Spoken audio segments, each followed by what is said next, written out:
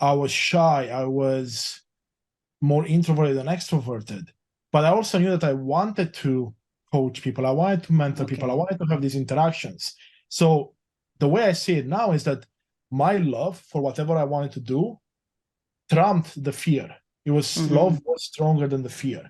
And when I say Mm-hmm. love and fear, that's how I look at life as well. We can always react from a place of love or fear. And when I say love, that's compassion, empathy, and anything that comes with it. Fear, again, is, of course, fear as we see it, but it's also everything negative that we associate with any action or person, because it all comes from a place of fear. And for me, in the case, my love for whatever I was doing was stronger than the fear, and that's what allowed me to overcome it. Fear stops us from achieving our true greatness. Are you a professional woman who is feeling stuck, unmotivated, or burned out? Are you worried about your wellness? Are you letting fear stop you from crushing your goals? If you answered yes to any or all of these, then this is the podcast for you.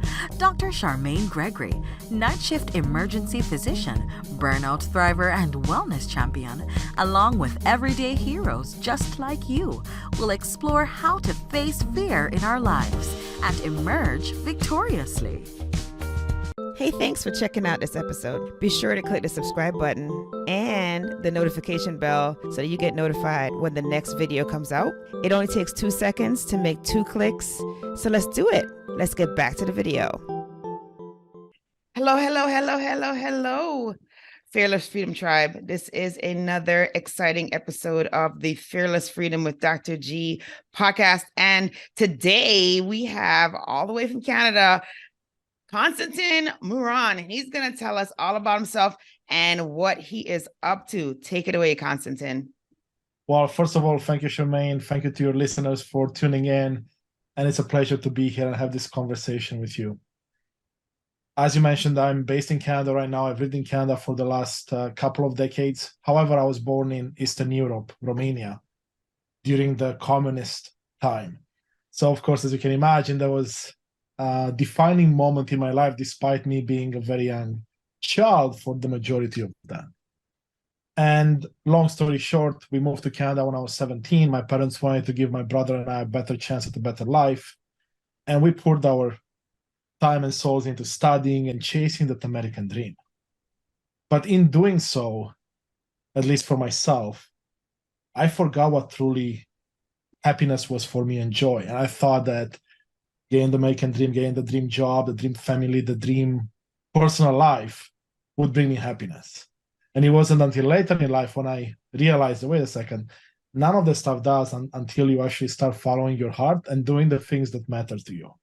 And fear has been something that's been driving me most of my life, like fear of not being enough, fear of not having enough money, resources, time, whatever the case might be, fear of losing people in my life if I don't fit in with a group or with a society or with friends.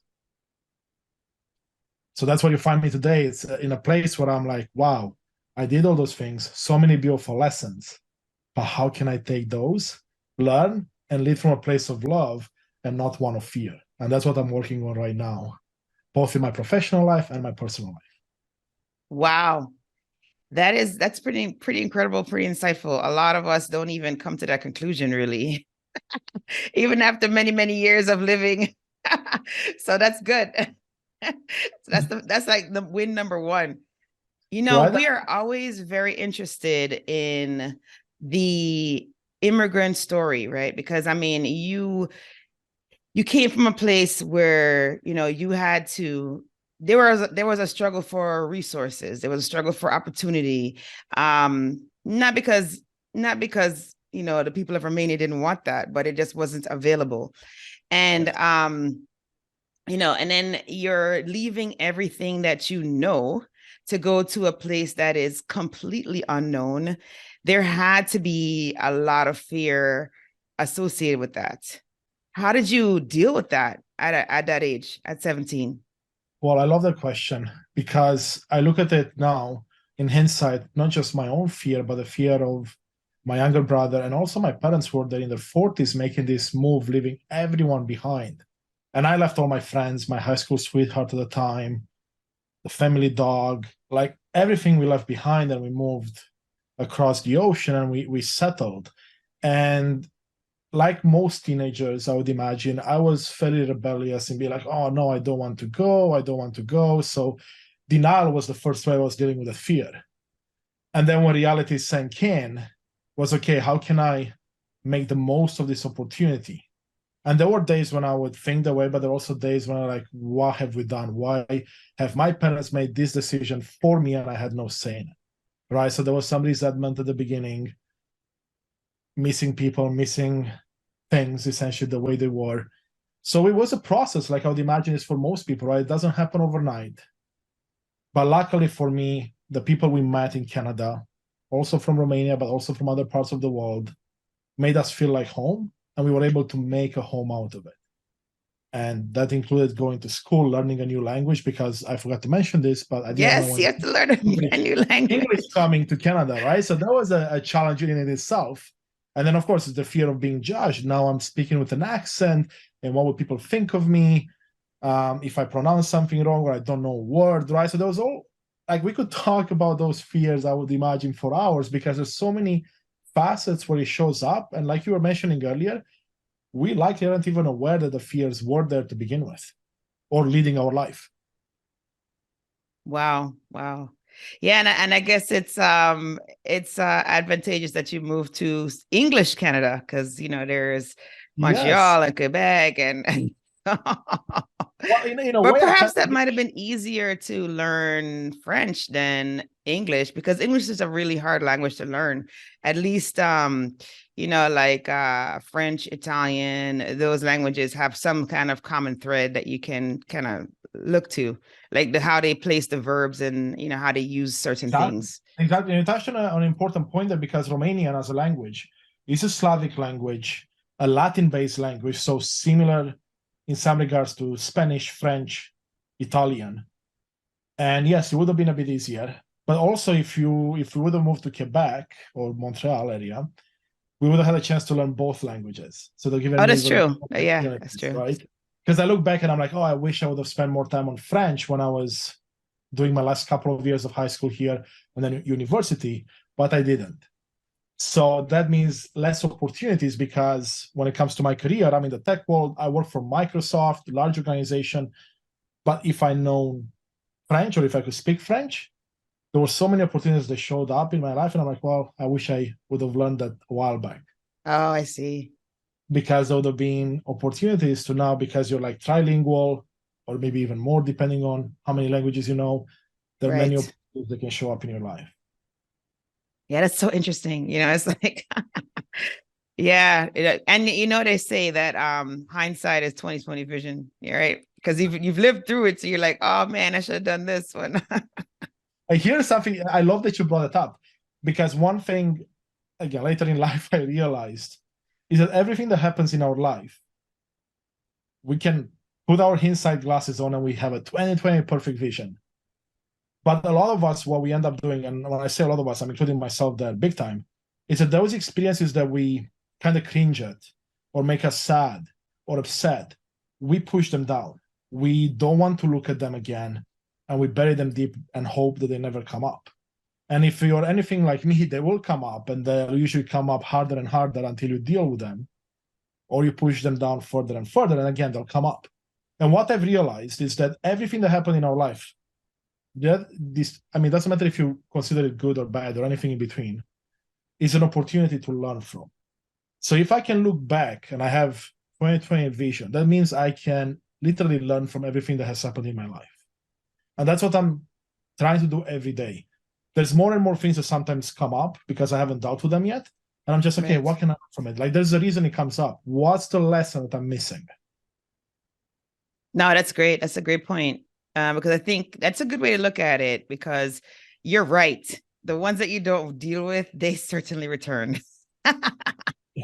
So that's a good pearl. Look for those things that you've been like putting off, because surely they will return again and they will be even more intense, perhaps. Yeah. Yeah, it's like one of those salesmen that keep coming door to door until you really polite and tell them to never bother you again. Yes. But likely they won't listen because they have an agenda. And I'm seeing our thoughts and our emotions and things that we don't deal with are the same way, because if everything is a lesson, and that's what I believe, and I also consider them to be gifts, and gifts that you can keep opening, or you can keep them closed, they'll come back because you haven't dealt with it. There's a reason they keep coming back. So we can go all our life, keep pushing them away, and many people do, including myself with certain ones. But we can also say, you know what, enough inside, let's open all the gifts, no matter how shiny the object inside might or might not be. Love it. That is great. That is great. And then, so you had to deal with this big transition, and you're acclimating to, you're a teenager, you're acclimating to a new culture, your new language, a new country. And then, you go to university, you start a career. Did you have some new fears that developed at that point? Like, once you overcame that big obstacle, that major adjustment obstacle, and the fear surrounding it, what happens now when you're now assimilated into the society and you're embarking on, your career? That's a great question. And I mean, the simple answer is that I allowed those fears to control most of my life, despite my academic success. For example, when I moved on to university, I allowed the fear of, for example, not speaking up because of feeling judged, to not allow me to speak up, to present in front of a small group of people, or even just my professors, to not raise my hand in class and say, hey, I have a question. Or even outside of class, stop a couple of people and say, hey, can you help me with this? So those fears started with me back when I was young, and they kept going with me because I never dealt with it, because I never actually had awareness that there's something I can change and that there's something I don't want in my life. And it wasn't until, in that example, it wasn't until maybe 5-6 years into my career, I realized, wait a second, I can use my voice to interact with others, to get what I want, like either have my voice heard or be accepted in a group or share my opinion even. And that was through an entrepreneurial venture I did, where I started playing online poker after my university and my first job. And I became really good at it, and I was lucky as well. But then I started coaching people and mentoring people on the game virtually. And there were hundreds of people, and then eventually I got hired on as a content creator for the biggest poker strategy website out there. And they gave me the opportunity to speak with people behind a screen like this, minus a camera, because back then you used Skype, but you didn't do as much video. And that allowed me to come out of my shell and realize, wait a second, I actually enjoy talking to people. I actually enjoy getting to know someone, but also sharing my opinions. So now all of a sudden I had the awareness, wait a second, that fear I had didn't make any sense in my life. So how can I deal with it? But of course, again, hindsight is 2020. It wasn't necessarily how I thought back then, but certain actions I took made it harder for the fear to still keep hold of me. Nice. There were other fears that stayed in my life for much longer, and I'm sure there's plenty right now that I'm still learning to overcome. No, that's fantastic. So it's funny because you actually took action despite not recognizing the fear. Usually people recognize the fear, then they come up with an action plan, but you actually executed the action plan without even recognizing the actual fear, which is phenomenal. Well, yeah, I mean, I knew that I had a fear of public speaking, a fear of, let's say, even having a conversation like this. I was shy. I was more introverted than extroverted. But I also knew that I wanted to coach people. I wanted to mentor people. I wanted to have these interactions. So the way I see it now is that my love for whatever I wanted to do trumped the fear. It was love was stronger than the fear. And when I say love and fear, that's how I look at life as well. We can always react from a place of love or fear. And when I say love, that's compassion, empathy, and anything that comes with that. Fear, again, is, of course, fear as we see it, but it's also everything negative that we associate with any action or person, because it all comes from a place of fear. And for me, in the case, my love for whatever I was doing was stronger than the fear. And that's what allowed me to overcome it. Nice. No, that's fantastic. That's fantastic. And so you got this position doing the design work for this game, and then mentorship and all of those items. Is that what got you to the current position that you're in right now? Is that the springboard to that, or? Well, in a way. So what happened is, out of university, I had a job in computer programming. I have a mathematics background with a computer science component to it. So I got out of university, I got the first job I could find, which was a computer programmer. Not something I liked. Then when that business failed, it was a startup, it was about a year and a half into my professional career, I realized, you know what, I want to try this poker thing, because by then I was pretty good at it, and I started coaching people. So I did that for a number of years. But being your own boss, having your own business, and there was a lot of uncertainty. There was still part gambling, what it was, even though you had control over it. And there were societal pressures to get a real job, to get a real career.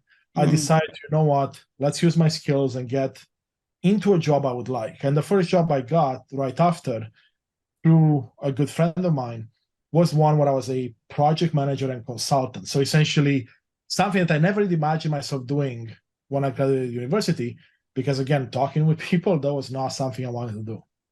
But because I had a chance to coach and mentor and interact with hundreds of people over those few years of my coaching career, it allowed me to now open my horizons and give me more opportunities. So I started with project management, consulting, and from there on, I moved into, I would say, full-time consulting, where it's essentially interacting with customers, partners, co-workers on a daily basis, having presentations in front of C-level executives, VPs and whatnot, but also crowds of hundreds of people. And that's something that, again, if we go back to my schooling years, yes, you would never have done that. Right. Like even having this conversation with you, even like 10 years ago, would have been tough. Fair. That's fair. So I guess the biggest lesson I want to add before I'll let you jump in there is that find what you love to do, what's in your heart, and then literally nothing can stand in your way. If you really put your mind to it, then no fear is big enough to keep you from doing whatever it is that you love. And I was lucky enough to find that fairly early in my life. When I say fairly early, it was still, adulthood. Yes. But early enough where it put me on a trajectory where we are here today, where we have a conversation and hope to inspire people and empower them on this beautiful journey that's life. Right. And get them to where they want to be. No, that's fantastic. That is fantastic.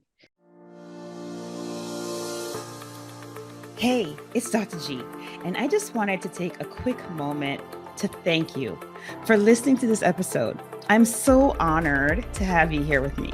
Did you know that I can help you to get your own podcast started? With my podcasting launch course for professionals, I walk you through everything you need to know about starting a podcast. I'm with you every step of the way, from sign up to launching your show, with 5 episodes ready to go. There's a done for you version that's also available. If you would just rather just do recordings and leave the behind the scenes work up to us, then that one is definitely for you. But either way, we've got your back here at Fearless Freedom with Dr. G. Oh, if you already have a show and you need production services, we have monthly plans available for you. So check out the links in the episode show notes for more information. Let's get back to the show.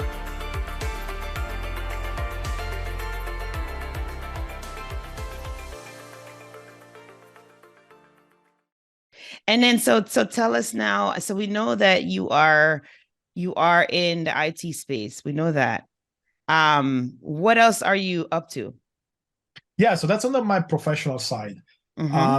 But then last year I had a pretty big transformation myself. It started in early 2022 when I said, you know what? I've been doing all this professional growth and personal growth. I shifted from a fixed mindset to a growth mindset. Love it. But something is missing. I still couldn't necessarily pinpoint my why, my purpose in life. I always had big questions around this, and it felt like something was missing. And I went on this mental health retreat for 3 weeks back in April of last year. And that essentially transformed me to the point where I had a better understanding of the world, or how it should be, about myself, the universe, our place in the world. And I came refreshed and I was ready to make big changes. And of course, the reality was that no one else changed around me. I changed, at least partially internally, but no one else did. Not my work, not my partner, not my family, no one. Okay. And when the realization kind of sank in, and I realized, wait a second, this is going to take a lot more work than I thought, is when for the first time in my life, I became depressed. And in that moment, I didn't know, but it lasted like until beginning of this year. And what started to happen was that I would just simply feel miserable. I would be so disillusioned, allowing that fear that nothing can change, nothing is important, nothing I do matters, to take hold of me. And that meant I withdrew from people, friends, coworkers, family, because I didn't want to burden them with my problems.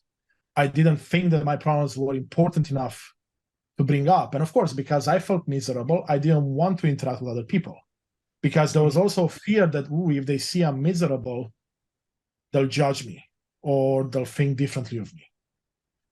Now, hindsight, we talked about this earlier.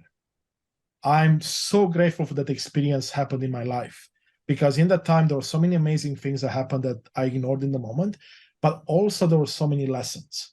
Like I sat with so many emotions and I was able to process them. I sat with my mind, with my ego, things that I could process. Of course, lots left, but there were so many things that I could process. And it was in that time that I did quite a bit of work and uncovered, at least to some degree, what I believe my purpose is, or my mission, or my why. And by doing that, it also allowed me to come up with ideas of how I can put that into my life, professional and otherwise. And that's when I started my own podcast, or the idea of my own podcast, a place where I can inspire and empower people on this journey by having conversations with like-minded individuals. And, that I had that idea, but it didn't happen until I took control and said, okay, I've let fear dictate all of this for me so far. It's time for me to take control of my destiny, so to speak. And again, allow that love, the following your heart, to come through. And once I did that, once I made that conscious decision, then everything changed. I started reaching out to people, friends, family, coworkers, started sharing what I was going through, good and bad, so the depression, but also my plans with a podcast and what I'm trying to do on a personal level. And with every conversation I had, my confidence started growing and my belief in myself again. And yeah, that's where you'll find me today. 7 months later or so, I have the podcast launched. Congratulations, by the way. Oh, that's not a small feat. Yes, you would know really well, and thank you for that. But yeah, I mean, to be honest with you, I've spent so much time, both in professional life and my podcast, working 12 to 16-hour days, working quotations, because it's truly, I never believed this, but when you find something you love to do, you never work a day in your life. And it's so true. And one thing I'll add before I'll pause, because I spoke a lot there, but not only did my podcast bring me joy in my life, but this change in perspective, again, leading from a place of love versus fear, allowed me to become a much better coworker as well, or a much better employee, because now I have a much better understanding of human interactions. I come from a place of compassion, empathy. So let's say a coworker of mine, him and I have a meeting at 10 a.m. in the morning and he shows up 10 minutes late. In the past, I'll be, this person is not considering my time, the disrespectful, all the other negative or fear-based elements. And that could be true, but the reality is that we don't know. And in this example, he has a young family. He may have had to take the children to school and then he got caught in traffic. Or maybe one of the kids was sick. The reality is that we don't know. And we start making assumptions, and it's a choice. Do we want to continue making the assumptions and go from a place of fear, or do we go from a place of love? And once I started approaching it from a place of love, and trust me, it's not perfect always, it's a work in progress, but it shifted everything for me. Nice. And so you got to tell people what the name of the podcast is so they can listen to it. Absolutely. Thank you for that, Dr. G. The name of the podcast is Unleash Thyself. The idea that you want to release or unleash the best version of yourself. And I look at it as something that I'm attempting to do and doing every day. I want today to show up as a better version of myself from yesterday, and tomorrow as a better version of myself from today. And Nice. that happens with small steps, and it doesn't happen in a linear progression. It's almost like a staircase in a way, right? You'll have some flat lines, sometimes you'll come down to go up, and vice versa. And the podcast is all about inspiring and empowering individuals on this beautiful life journey, and that includes myself. Fantastic. Fantastic. And so you said that was launched several months ago? It was launched about a month and a week ago. So May 17th. Oh, so very recently. Okay, very recent launch. Okay. It took me, I wanted to make sure I had it all right before I started. So it took me about 5 months of really putting my head to it. I actually had about 30 episodes recorded before I even went live. Oh my gosh. I really took it very seriously. I did a lot of research. Okay. I did a lot of thinking, and I put a lot into it. And we have, I think, tomorrow is episode number 15 going live. So we do 2 a week. Right? 2 a week. Okay. No, that's good. Lots of inspiration. I mean, I'll be honest with you, Dr. G. When I started doing the podcast, I thought I was doing it for everyone else. I'm like, I want to be in service. I've learned a lot of things, but I want to bring beautiful souls to the conversations and have them share their wisdom. And I thought it was for everyone listening. Right. But to be honest with you, about, I don't know, 5 episodes into the recording, I realized it was actually all for me. Ah, nice.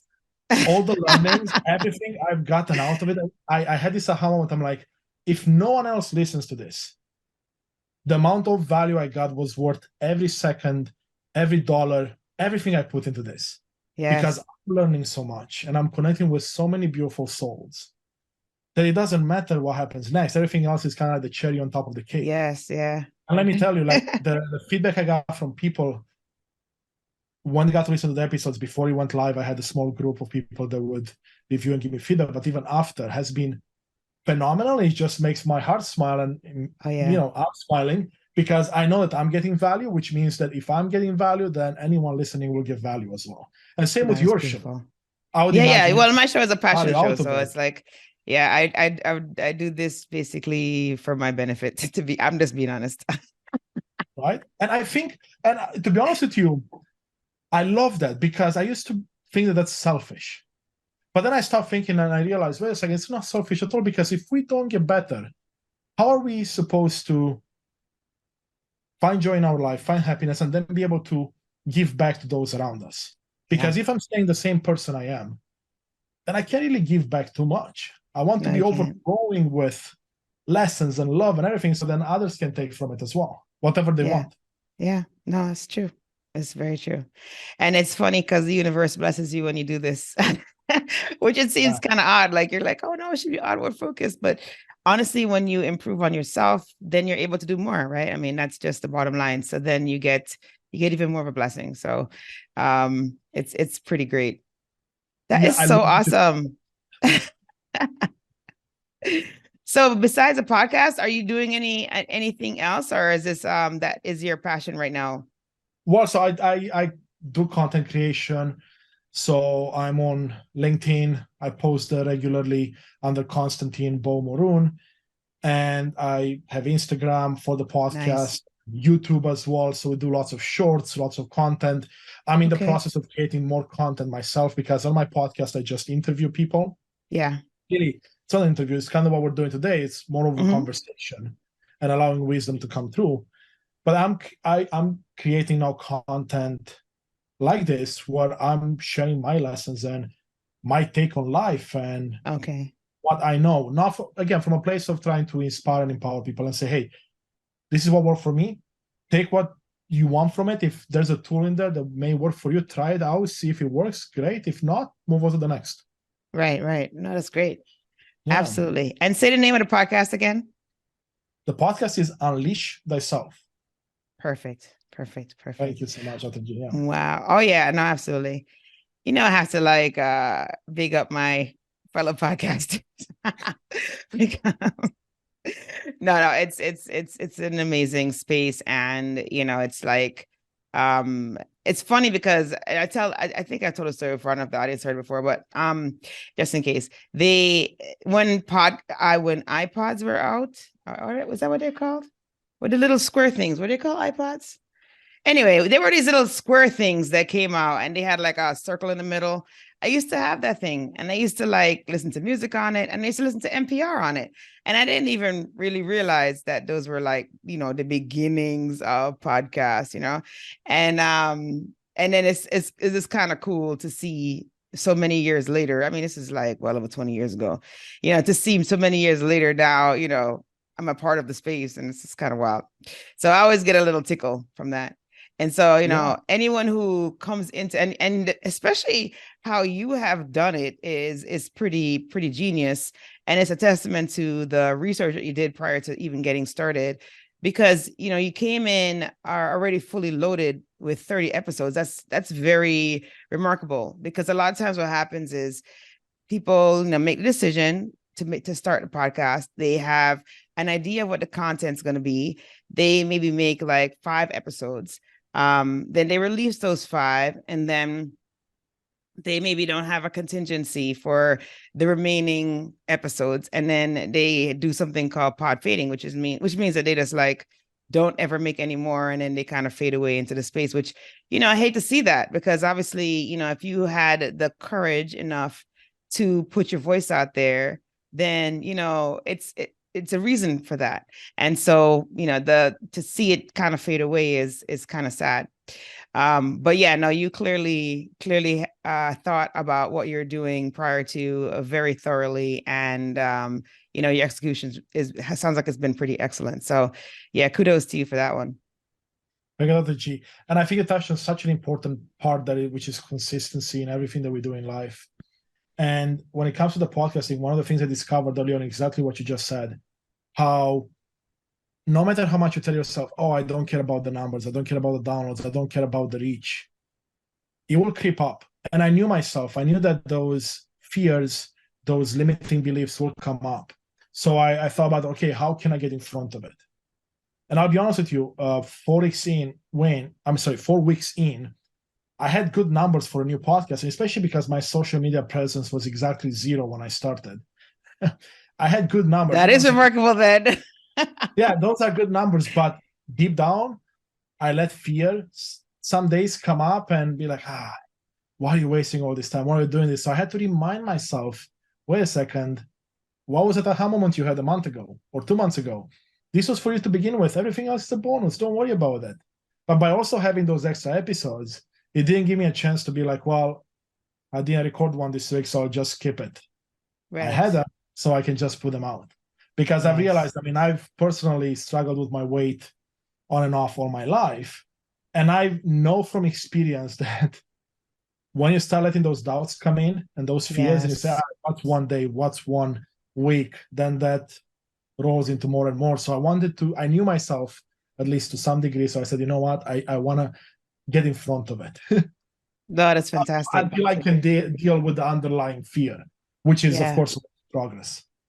Yeah. No, and that in and of itself is a fantastic pearl, because it applies to, as you said, everything in life, really, right? Because your work, your relationships, like everything.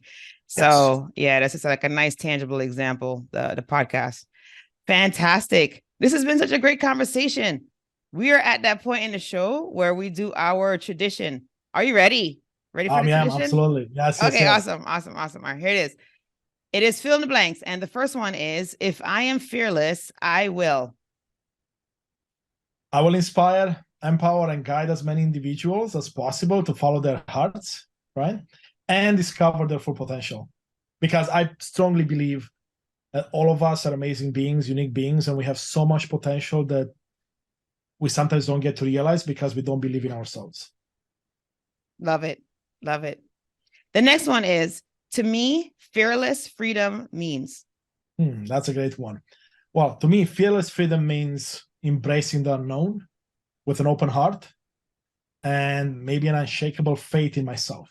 Because I know that if I want something, if I truly want it, if I follow my heart, live from a place of love, it's going to happen. Awesome. Awesome. Awesome. And last but not least, my battle cry is. My battle cry. Yeah, I had to think about this one for a second, but it has to keep going back. I mean, you may see the sign up top there. Follow your heart, learn, grow, love, and unleash the best version of yourself. But don't do it alone. There are so many beautiful souls around you that not only can help you, but you can help them on this same beautiful mission.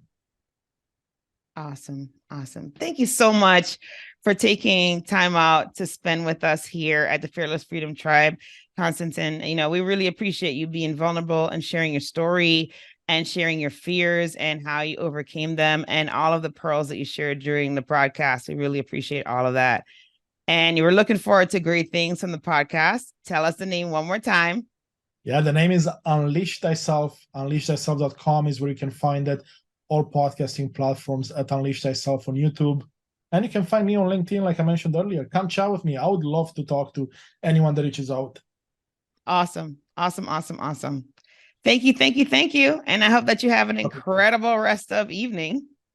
Thank you. And you, the rest of your day. Thank you, Dr. G, again. Thank you for joining me on this episode of Fearless Freedom with Dr. G. Again, I'm Dr. G. And if you like this episode, be sure to subscribe so that you can get notified of when the next episode is going to be. And also, I'll catch you next time. Have a great one.